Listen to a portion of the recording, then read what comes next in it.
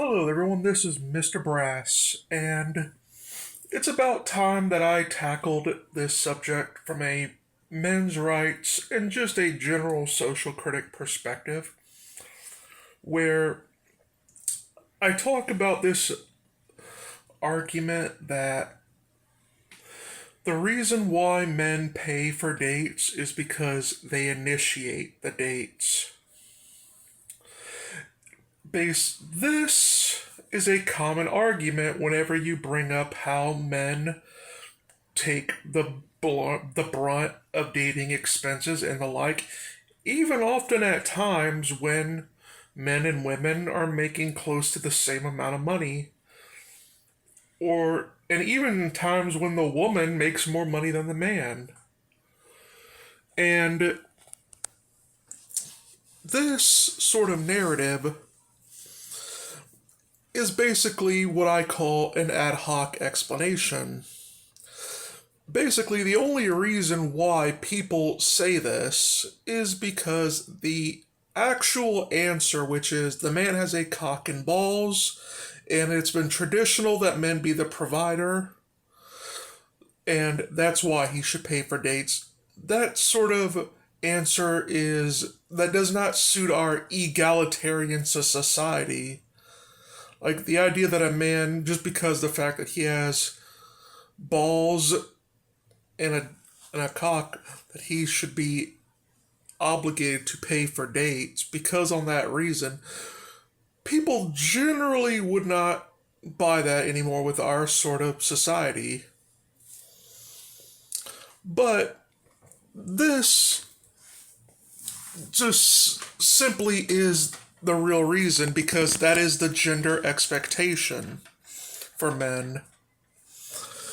It should be noted that even when men are the ones that are being asked out by women, even then, in those circumstances, women are still not the ones that pay for the date most of the time.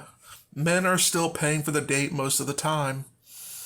And basically, the premise that men pay primarily because they take the initiative is weak, as really, at least according to surveys, only 20.6% of survey recipients believe that the payment should just be determined by the date. Instead, it's just cultural scripts of men being the provider and it being for male validation. And to be fair, this is not a knock on women entirely. We men need to get out of our head that it's somehow unmanly for a woman to have to take out and pay half. Like that should be an invalid thing. That should really scrape us as a man. Women have contributed to dating and the like in the past. There was dowries. There still is in some places. Women have been expected to put forward effort and even a great deal of finances for relationships with men. So we need to knock it off that there's something unmasculine about it. And it should also be noted that men consistently pay premiums on date, and they pay more. Even when women do pay for dates, they tend to pay less than men do. So, I mean, which, look, to be fair to women, I think that's pretty smart. If you're going to pay for a date, why not do the ones that you'll pay less with than the man? So, it's not an entire knock on them. I still think it's men being taken advantage of, but I can't say that the women are idiots for it. It's a human problem. Basically, the question of who pays on a date has evolved from a more chivalric tradition into a complex negotiation that reflects social values.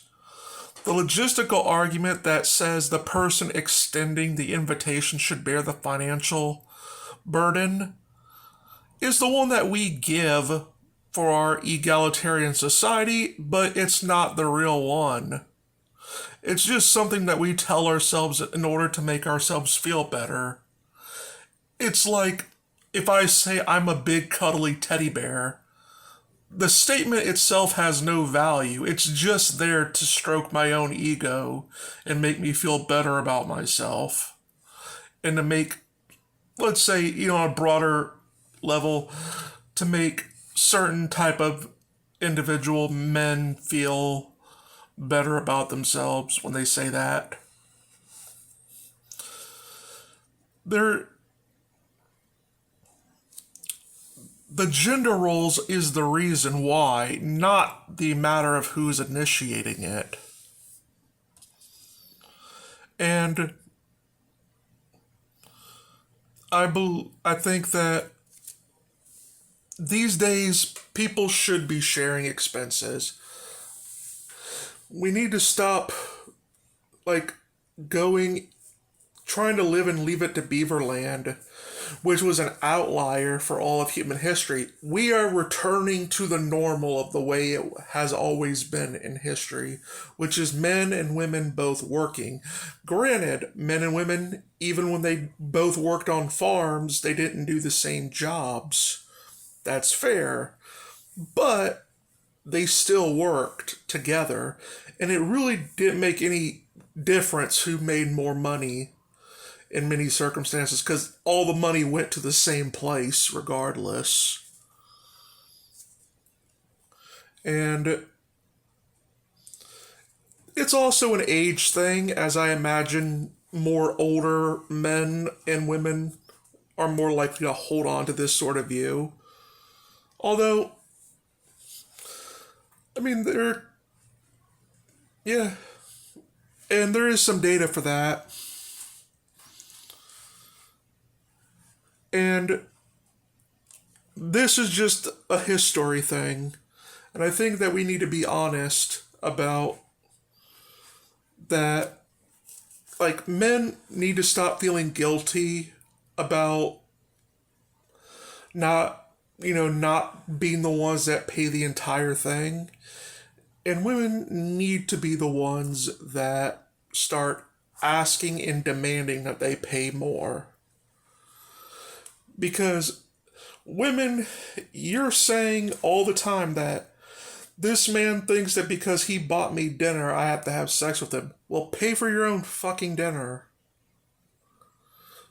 Well, I'm of the opinion that both parties, men and women, should go into the date and pay half, at least initially, so that way they both know that there's an investment into each other.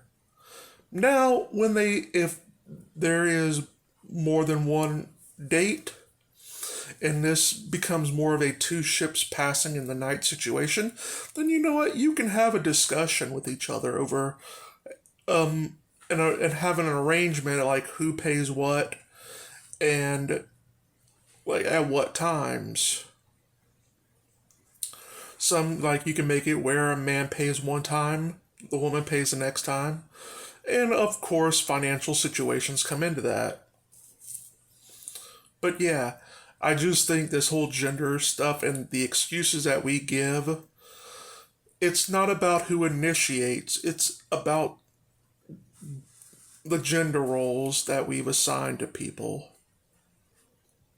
Well, that is all for today. This is Mr. Brass saying goodbye and get wise.